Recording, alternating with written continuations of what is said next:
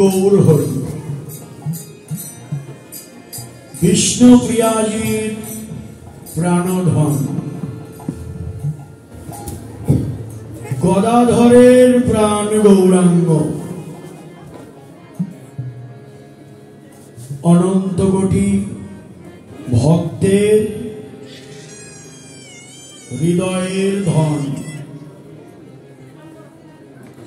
গৌরাঙ্গ মহাপ্রভু।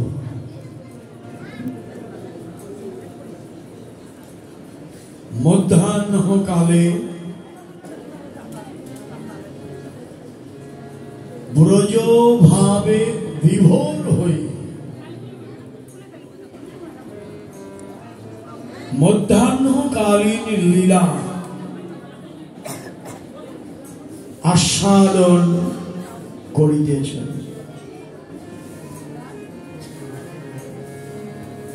মধ্যাহ্নকাল ভজনের শ্রেষ্ঠ কাল। মানব জীবনে ভজনের শ্রেষ্ঠ সময় হল মধ্যাহ্নকাল।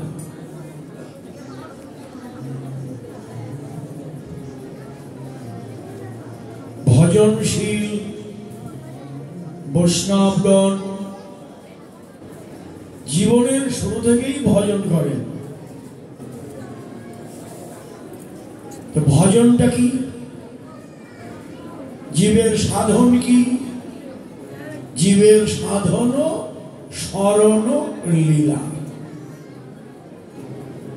গৌর গোবিন্দের লীলা শরণ, এটাই জীবের সাধন ভজন। তাহলে আজকে আপনারা ভজনে বসেছেন। ভজনযোগ্য দেহ, এই দেহ যদি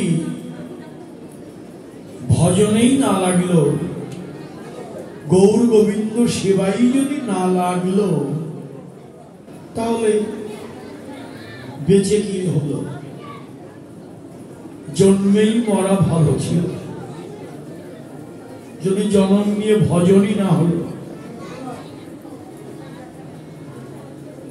কৃষ্ণ ভজিবার তরে সংসারে আইন, এটা মায়েরা খুব ভালো জানেন, কারণ আপনারা পাঁচালি পড়েন, অষ্টোত্তর শতনাম পড়েন, ওখানে তো প্রথমেই লেখা আছে কৃষ্ণ ভজিবার তরে সংসারে আইন, কিন্তু মিছে মায়ায় অন্ধ হয়ে বৃক্ষ সম হইল। কি করতে এসেছি? কৃষ্ণ ভজিবার তরে। কিন্তু তা না করে আমি শুধু যখনই দুঃখ পাই, তিতাব জ্বালায় পড়ি, তখন শুধু ভাগ্যের দোষ দিই। আরে বিধি, তুমি আমাকে এই লিখেছিলে কপালে। কিন্তু বিধির নিন্দা করে তো লাভ নেই মা। কুকর্ম করে বলিস কেবল ভাগ্যের বিড়ম্বনা। এই জগতে যেমনি কর্ম তেমনি ফল। বিধি লিপি বোঝো না, কুকর্ম করে বলিস কেবল ভাগ্যের বিড়ম্বনা। শ্রীকৃষ্ণ ভজিতে তুই আসিলি সংসারে, মোহ মায়ায় মত্ত হয়ে ভুলে গেলি তারে। এবার ঘুরে বেড়াস দাঁড়ে দাঁড়ে, পেয়ে তুই লাঞ্ছনা, কুকর্ম করে বলিস কেবল ভাগ্যের বিড়ম্বনা।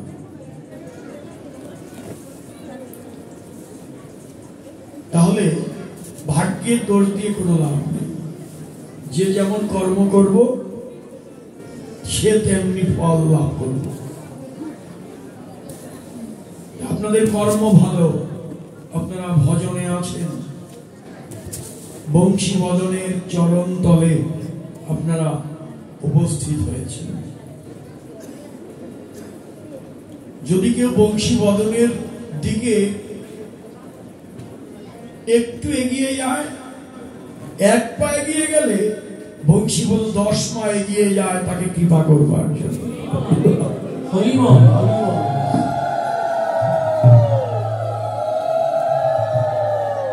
এই হলো বংশী বদনের কৃপা। তা আপনারা এসেছেন বৃন্দাবন অভিমুখে বংশী বদনের শ্রীচরণ লাভ করবার জন্য। একদিন হয়তো তার কৃপা আপনারা লাভ করতে পারবেন। এখানে না আসলে তা হবে না, এসেছেন তো কিছু লাভ হবে। আজকে এখানে গৌর হরি লীলা করছে,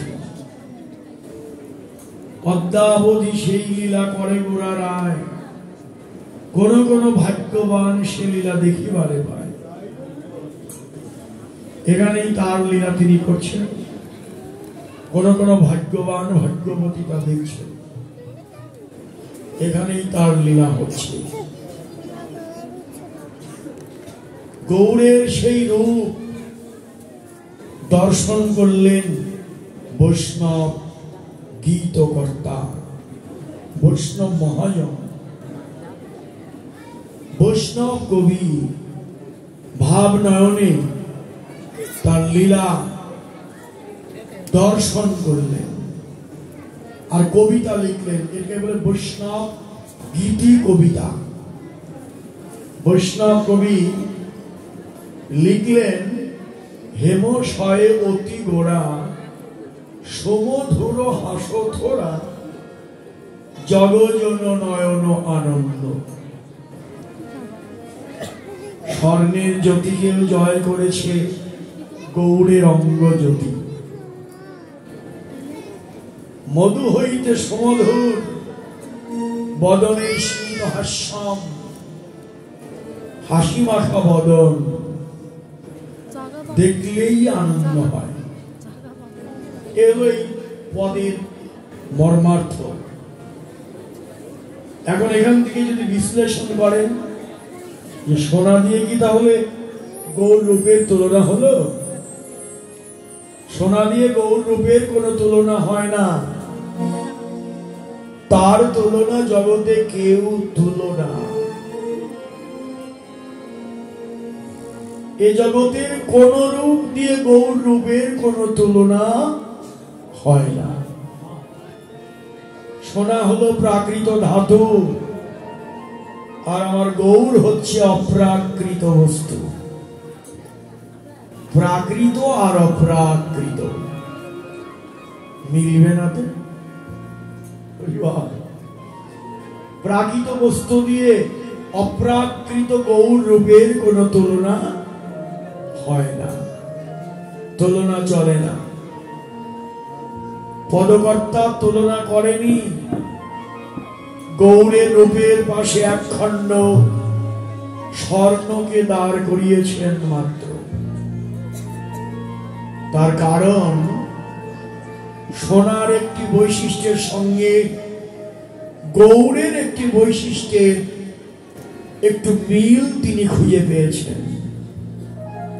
কি মিল? সোনা গলে যায়, সোনার সঙ্গে সুহাগা মিশিয়ে তাপ দিলে সোনা যেমন গলে যায়, ঠিক তেমনি আমার গৌর সোনা, গৌর সোনাও গলে যায়। কখন? ভক্তের ভক্তি সুহাগা মিশিয়ে অনুরাগের তাপ দিলে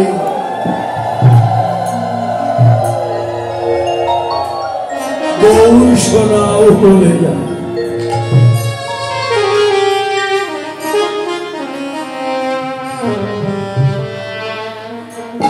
ভক্তি মিশিয়ে দাও, অনুরাগে তাপ দাও। এই অনুরাগ আর ভক্তি এ দুটো যদি থাকে গৌরের কৃপা লাভ হবেই হবে। অনুরাগ কেমন? অনুরাগ প্রথমেই অনুরাগ না, প্রথমে হলো স্নেহ, মান, প্রণয়, রাগ, অনুরাগ। অনুরাগের পরে হলো ভাব, ভাবের পরে মহাভাব, রূঢ় মহাভাব, অধিরূঢ় মহাভাব, মাদনাক্ষ মহাভাবের মূরতি শ্রীমতী রাধা ঠাকুরানী।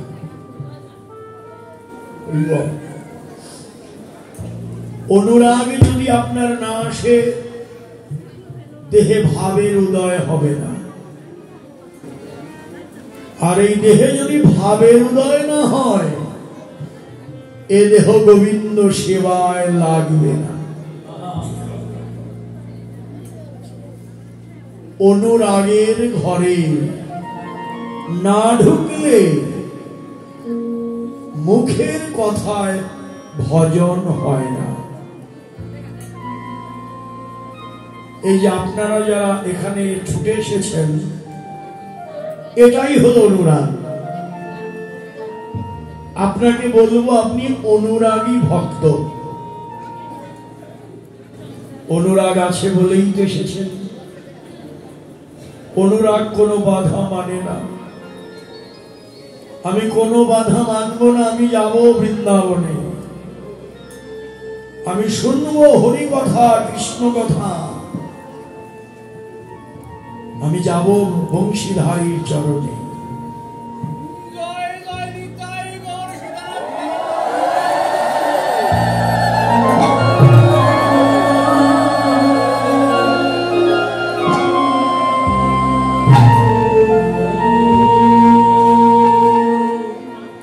হাতে নেই অনুরাগী ভক্ত কোথায় যায়? কোথায় এসেছেন আপনারা? নবদ্বীপে, বৃন্দাবনে। এখানে যেমন গৌর আছে, গোবিন্দ আছে, বংশীবদন আছে, ঠিক তেমনি আমার গৌরের ভক্ত বৃন্দও তো আছে। আছে তো? এই অনুরাগী ভক্ত আপনারা এসেছেন। মনের লালসা কি? ভক্তি তো লাভ করতে হবে। ভক্তি দিয়ে ভগবানকে যত তাড়াতাড়ি পাওয়া যাবে, অন্য কোন বস্তু দিয়েই ভগবানকে তাড়াতাড়ি পাওয়া যাবে না। এই জন্যই ভক্তি লাভের জন্যই এখানে আসা। আর ভক্তি কোথায় তাও তো ভগবানই বলে দিয়েছে। ভক্তি তো আমার কাছে নেই, ভক্তি নিয়ে গেছে আমার ভক্ত মধুকরেরা। তাই তো ভক্তের কাছে ভক্তি। এই জন্যই অনুরাগী ভক্ত ছুটে বেড়ায়, আমি কোথায় গেলে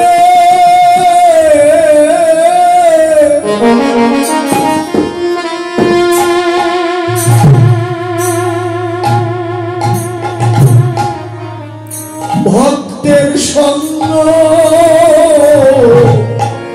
সঙ্গ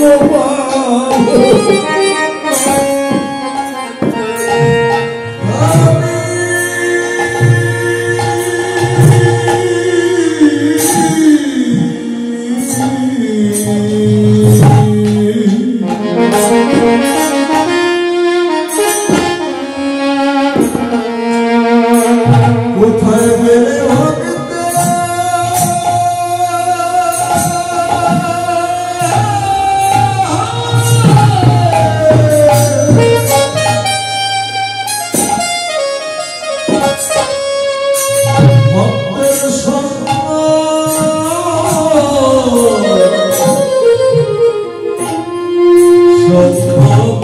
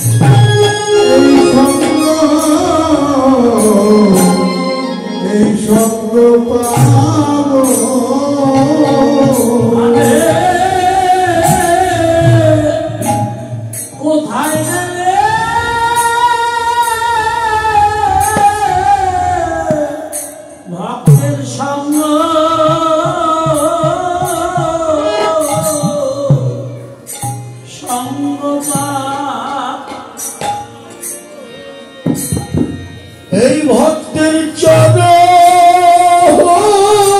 ধুলি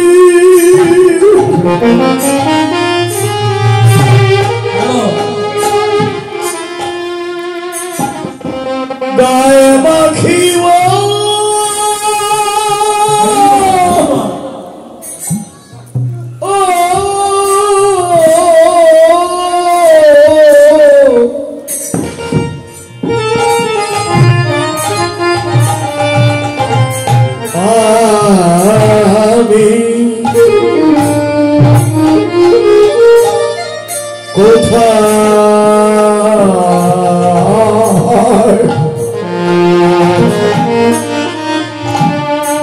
গেলে ভক্তে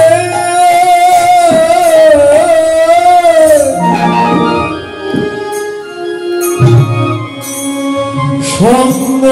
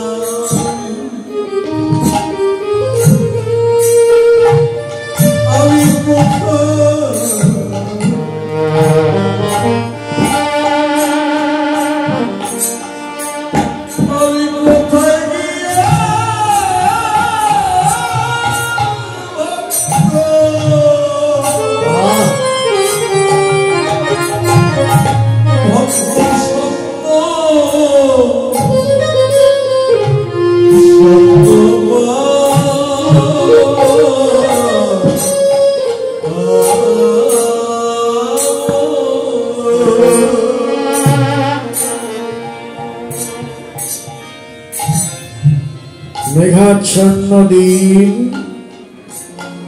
নহে তো দুর্দিন,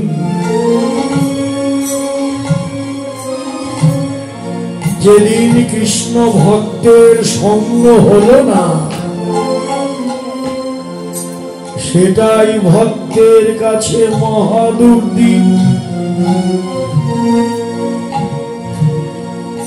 যেদিন হরি কথা কৃষ্ণ কথা শ্রবণ করা হলো না, সেটাই ভক্তের কাছে মহাদুর্দিন।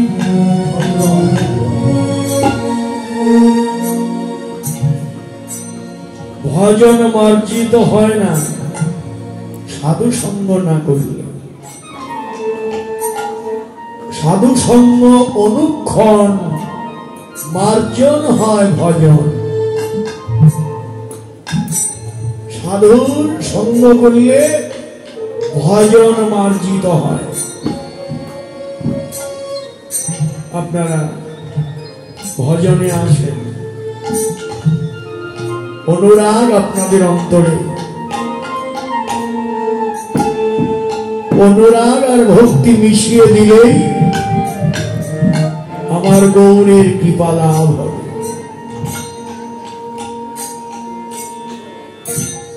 তাকে দেখলেই আনন্দ, জন জন নয়ন আনন্দ।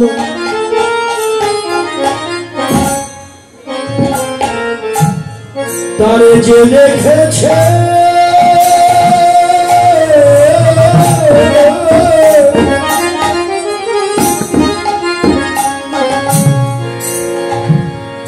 দুই নয়ন কোণে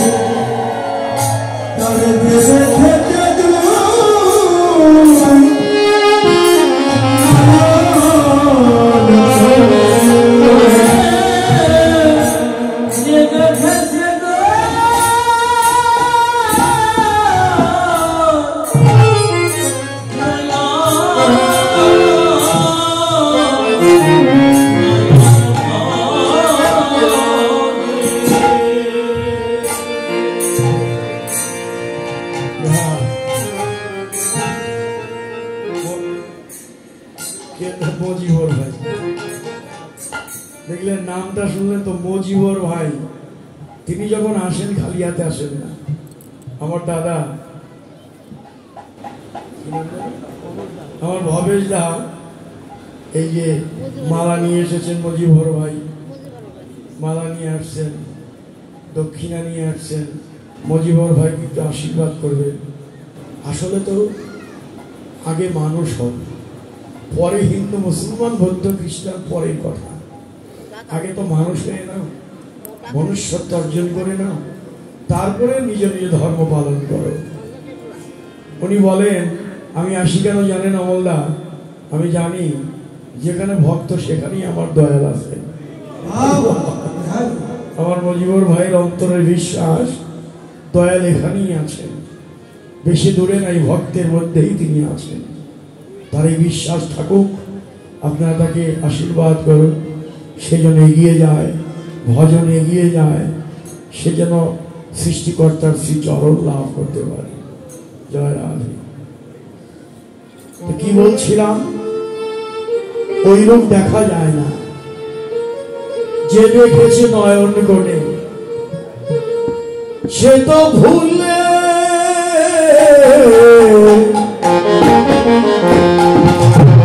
ভোলে না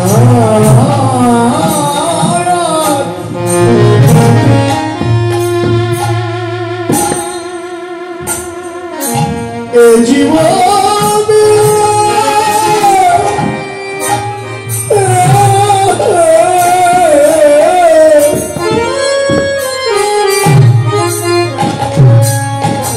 ওই যে দেখেছে